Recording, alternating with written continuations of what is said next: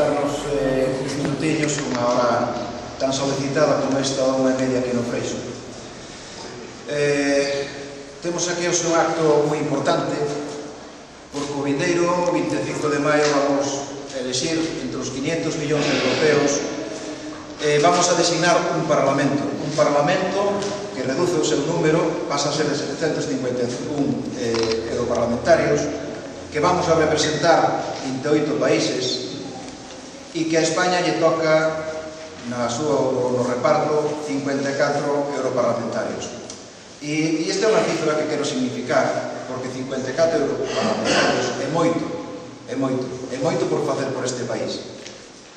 É moito porque tan só Alemania, con 90, ou tan só Francia, 74, e 71 Italia, teñen máis que nós.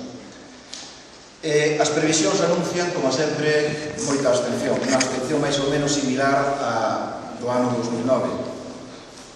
Pero eu penso que vai ser un pouquinho maior. E vai ser un pouquinho maior, pois, porque hai moitos motivos para iso. O principal motivo quizás esa a abstención como castigo.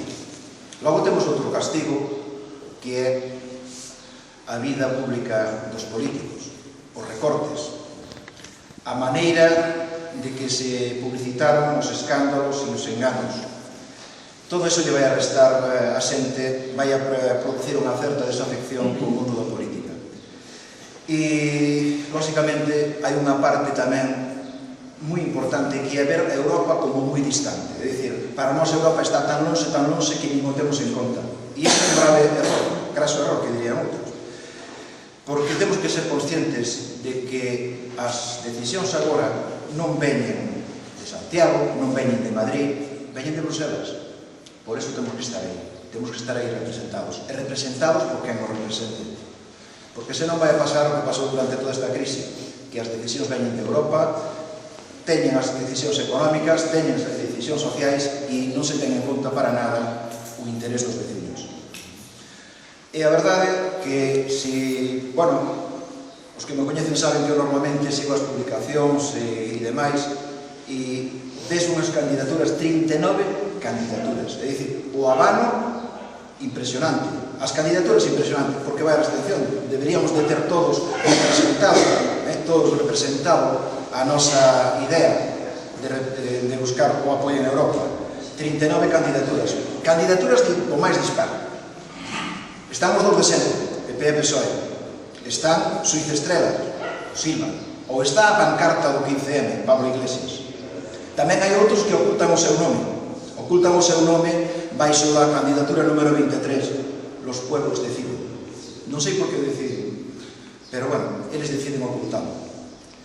Logo tamén hai outra candidatura, a número 4, unha candidatura con clara tendencia europeísta, unha candidatura na que forma parte Compromiso por Galicia. Forma parte Compromiso con Galicia, con Converxencia e Unión, o Partido Nacionalista Vasco e con Coalición Canaria.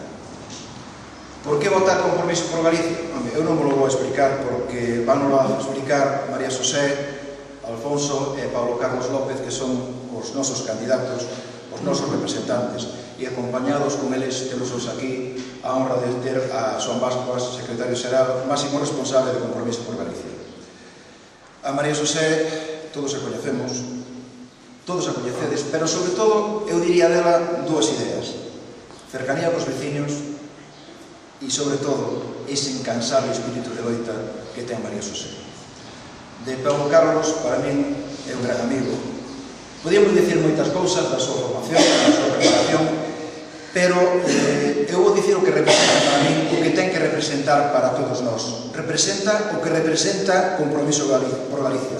Representa compromiso, representa ilusión e representa a intención de ser a voz de Galicia aquí, en España e en Europa.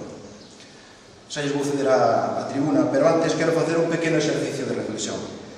Que pensedes no despilfarro que fixeron estes europarlamentarios, estas inversións mal concretadas, estes enganos que nos trouxeron sempre desde Europa. Desde Europa, pero por xente de aquí. E, algo claro, algo que temos que ver claro é os erros de inversións. E claro, vémolo aquí en Montes, e claro, vémolo incluso aquí en este sitio. 1.400.000 euros investidos aquí. Para min sería moito máis importante que en esta ría que lle dá de comer a moitas familias se fixera un saneamento integral, e aí sí que diría que os 1.400.000 euros están ben investidos. Pero claro, se facemos isto, dámolle de comer a moita xente, facemos unha ría máis productiva. Se facemos un edificio vistoso, un investimento vistoso, o que facemos é ganar votos, e con eso que ganan son os representantes do PP e do PSOE.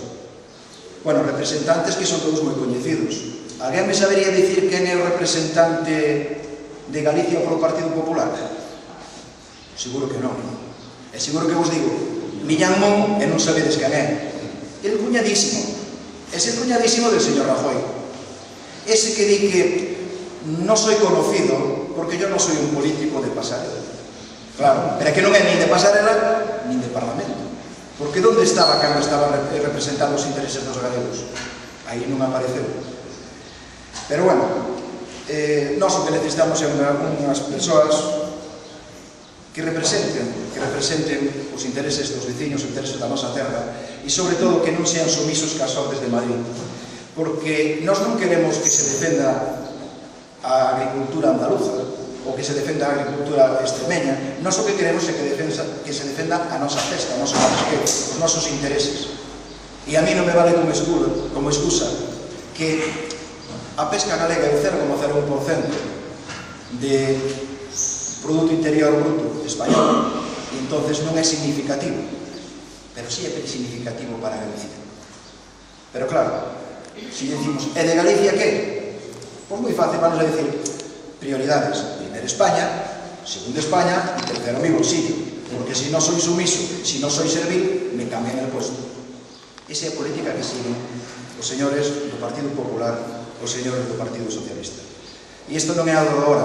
Os que xa temos un pouquiño máis de anos, bueno, outros decimos máis experiencia, os que decimos que temos máis experiencia, lembrándonos do primeiro goberno do señor Manuel Fraga Iribarne.